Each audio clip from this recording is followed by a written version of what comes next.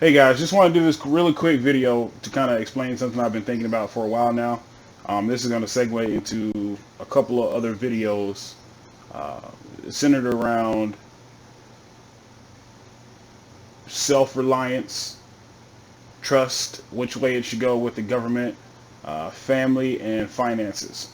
So it'll be a couple more videos detailing those things. But this is the first video, and I figured I'd put this together just because of the upcoming election, and I see a lot of tensions on both sides, whatever political party you affiliate yourself with.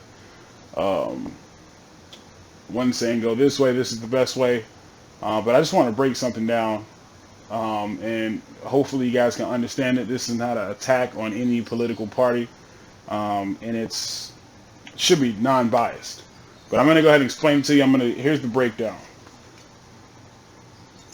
So I call this the trust and reliance hierarchy. We're going to do it real quick.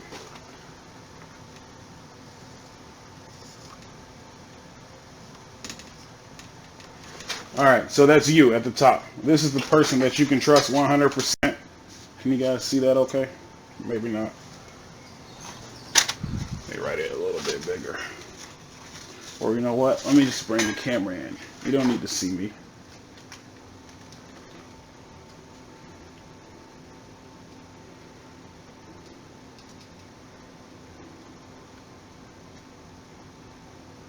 There we go.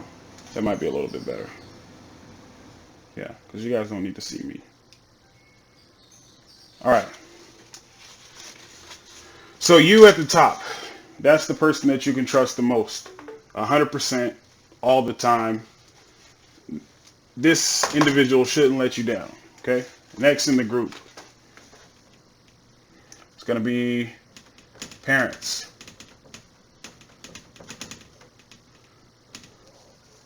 This is mom, dad, adopted mother, the aunt that took you in, but someone who's feeling that parental role or has filled that parental role in your life. That's going to be your next group. Now, as far as reliance, same thing. You should rely on yourself more so than anyone else that I'm about to show in this hierarchy. So your parents are next in line. So let's say your car breaks down. First thing you figure out, oh man, what do I have to do to fix it? Myself, what can I do to help fix it? Then say you don't have enough money, you're short, you've tried everything you can, and you're up to here. Then you should go to your parents and you ask them for assistance, but you offer something in return. Well, just because they're your parents doesn't mean they have to do something. So what you make sure you do is add value, and you'll see how the value add comes down the list here when you're looking at the hierarchy. So next is going to be parents. Now this next box is going to be a little bit bigger because we got to write more in here. This is going to be siblings,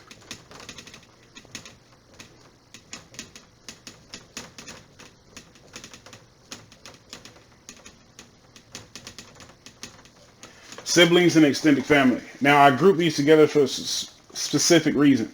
A lot of times in households there can be rivalries between siblings, so that's why I put them in the same category with extended family. Now, with each one of these tiers, the trust and reliance should dwindle because the previous layer should take care of the needs of the first, if that makes sense. So if, like I said, the example for you, when your car breaks down, that's you having a problem. You try to resolve it. You come up with solutions that are not working. Then you go to parents. But still, you want to add value. Let's go ahead and put that. You don't want to just ask for something just for the sake of asking for it as a scapegoat. Like you just want, hey, a quick way out. My parents got money. They can just give it to me. But you should still have a conversation about adding value in exchange for whatever the parents are giving you. That could be anything, like, cooking dinner one night a week at parents' house, taking mom or dad out for dinner, anything. Whatever they value, you should try to give that to them. Now, these are speaking about adults, not children. Okay? So, like I said, back to your siblings and extended family. So say your parents are not great parents, right? And they don't have any money. They weren't really involved in your life. Then you would go down to siblings and extended family. Like reach out to your brother and sister. Reach out to your aunts and uncles. Say, hey, this is what I'm going through. This is what I've tried. But again, don't forget to add value, right? Don't just ask for something without providing something in exchange. That could be, for the car example, say, hey, I know my sister needs a ride to work every other weekend for a babysitting job or something. If we fix the car, I'll be willing to provide that service to my sister at no charge. You see how it's a different conversation when you're asking a family member to do something for you without any value. Like you're not adding any value to their lives. Yes, they love you, but this will get to a point here in a second, and I'll explain why it's important to keep adding value as you go down the tiers. Okay? Now the next section. These are going to be your neighbors.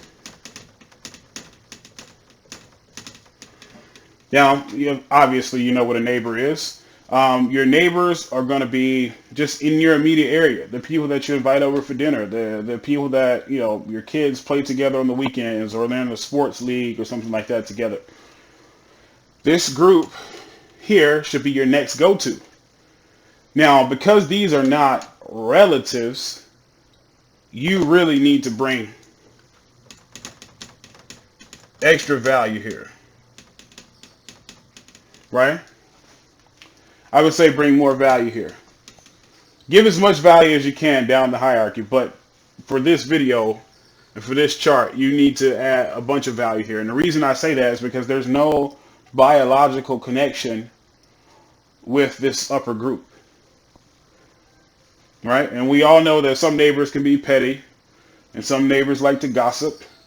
That can still be an issue here. So you got to keep that in mind, that if one of those neighbors that say they like to gossip and they tell everyone in the town about you or your family, remember, you can always go back and say, hey, well, I asked you to cut my grass, but I also gave you, a 50% discount at our restaurant, right? So there's a even or more of an exchange of value on their side. Hopefully they got more than what you need in return. So that takes care of that portion. Now the next group, now this also goes back to the Reliance thing, right? Like you might have a neighbor that's an auto mechanic that can fix your car at no charge because he got some extra parts laying around. But again, what's your value add? Are you trying to just get something for nothing? That's not what we want to push here. We want to push adding value at every step of the way. The next group is going to be your, let's make this a little bit bigger. This is going to be, I'm going to abbreviate, community organizations. Let's see, churches. No, let's do it like this.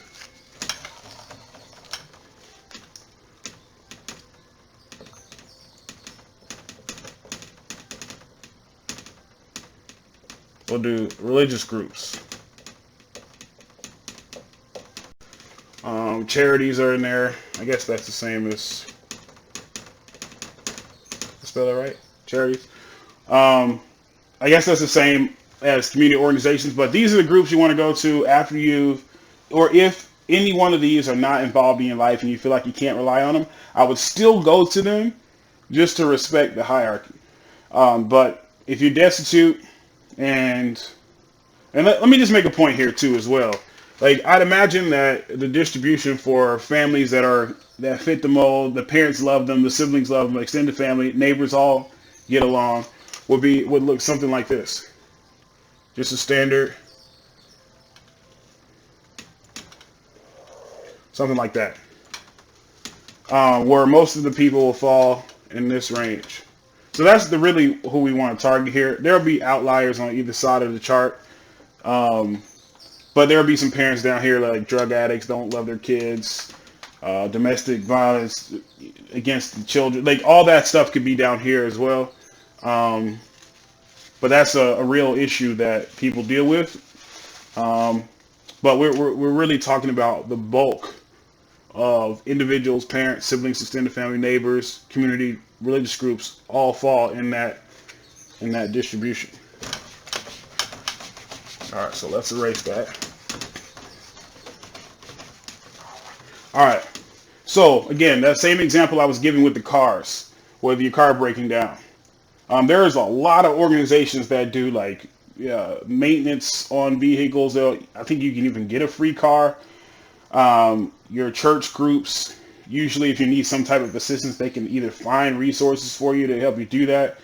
That should be 1, 2, 3, your fourth resource to go to, right?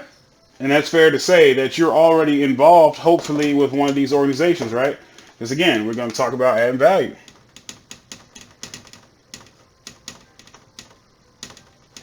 Right? So we're adding value, massive value in these two categories, right? Because they're not family. Now, if your family members run the organization, which will lead to in a different video, there's some family connection there, right? You might not be able to get it from the extended family. Maybe bills are tight right now. Maybe everyone's tied up. Maybe everyone's traveling around the country because they've implemented some of the systems we're going to talk about in future videos. But you can go to these religious groups and community organizations. But again, hopefully you're already involved in some type of charity work, or at your church or in your community organization. Maybe you volunteer at the YMCA. Maybe you should be already doing that, and you shouldn't wait until something happens or you need something to do it. But it's better to start than to not start at all. So take that opportunity and say, how can I add massive value to these organizations that are assisting me? So that phone call would sound something like, hey, my name is Eric Ellis. I was referred to you by my pastor, Pastor Jenkins, and he says that you guys might be able to offer assistance with vehicle maintenance. I'm like, okay, cool. Yes, we do that. We do this, that, and that. It's like, okay, I would love the opportunity to give back, and I appreciate any assistance that I can get. How can I contribute to your organization?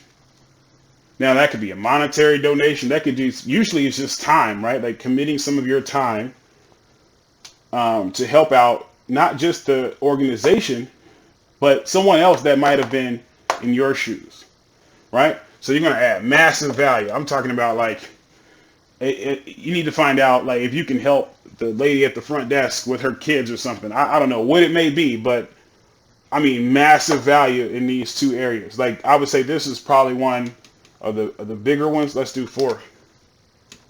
Add a lot of value there. Okay. Now the next group, and I want to put them and emphasize, this is the whole reason we're talking about the election.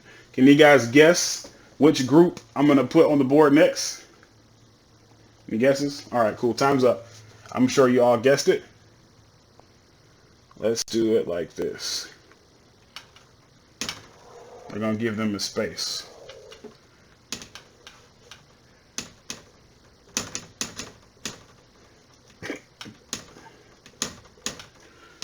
All right, and that's the government.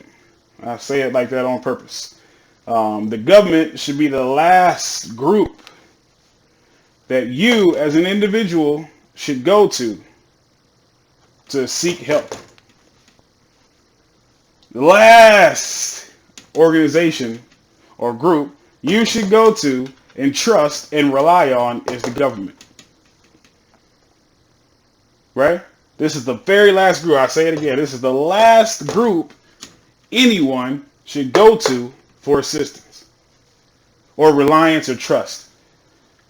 Vote, yes. Do your civic duty, please. A lot of people have died for your right to vote, especially my brothers and sisters. Exercise your right. But don't trust them or politicians in general that they have your best interests at heart. because they are not connected to you. Now, by chance, I mean, say Donald Trump was your parent, right? You can generally trust your parents because look how high they are in the hierarchy, right? They have a vested interest in seeing you do well, right? These guys out here are not. Look how far away they are from you, right? Now, some may say your local government officials. You can reach out to them. You might eat dinner with them. Your kids might play sports with them, with their kids at the local level, right? Do you think that's happening with former President Obama? Do you think he is inviting people over to his home that are in that average salary of $50,000 a year? You think he's eating dinner with average people? Well, as far as income, I don't think he is. But again, don't trust these guys, right? Like, I want everybody should focus on building themselves, their families, and their communities. These guys historically don't have your best interest at heart, right? You shouldn't rely on them. Like, where would you put your money here if you had to bet on someone that has your best interest at heart? Right? These people are going to look out for you generally. Of course, you got some family members that turn out to be the worst in the family. You know, everyone's got a couple. But for the most part, where do you think your trust should fall? Right? Now, if you're adding value at each step of the way, then you should be adding value here anyway. Like, just before you need something. Don't wait until you need something to start offering value. Right? You can always add value. I don't mean, it doesn't even have to be in this group, right? Like, you could go out to the grocery store. How are you adding value to the other people around you? It could be the lady that's standing in front of you at the cash register, right? You should always be trying to add value.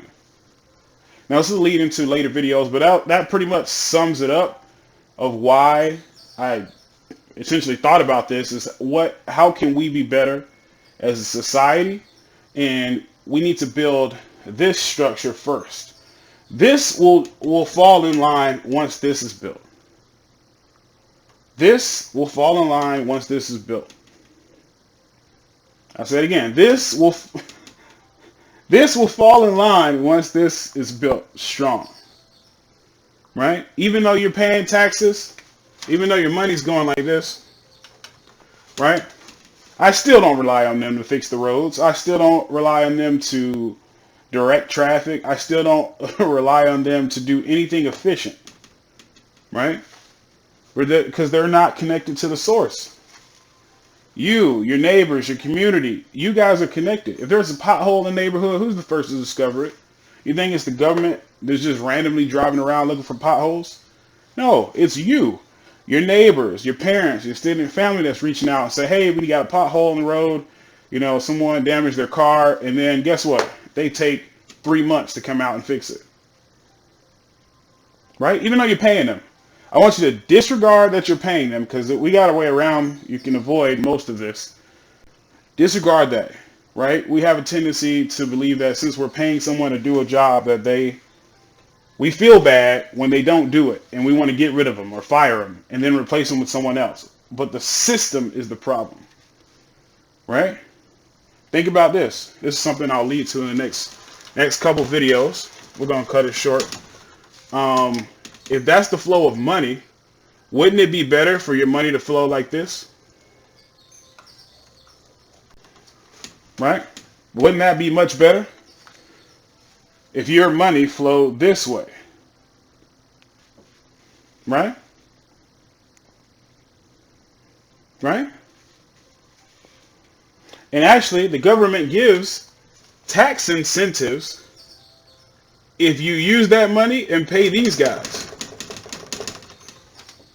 Make donations to these guys.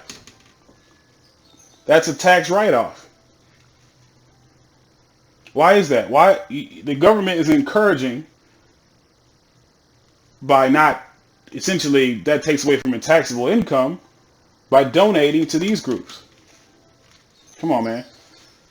Y'all not ready for that conversation. But we're going to get to more of this in upcoming videos, talking about finances and the family and how you can leverage credit. It'll be a whole deal about how to tie all this in. But this is the hierarchy of trust. Well, trust and reliance hierarchy. Hopefully you guys get that, and don't forget to go out and vote. And hopefully this is not a too long-winded video, but you guys get the point. Thanks again.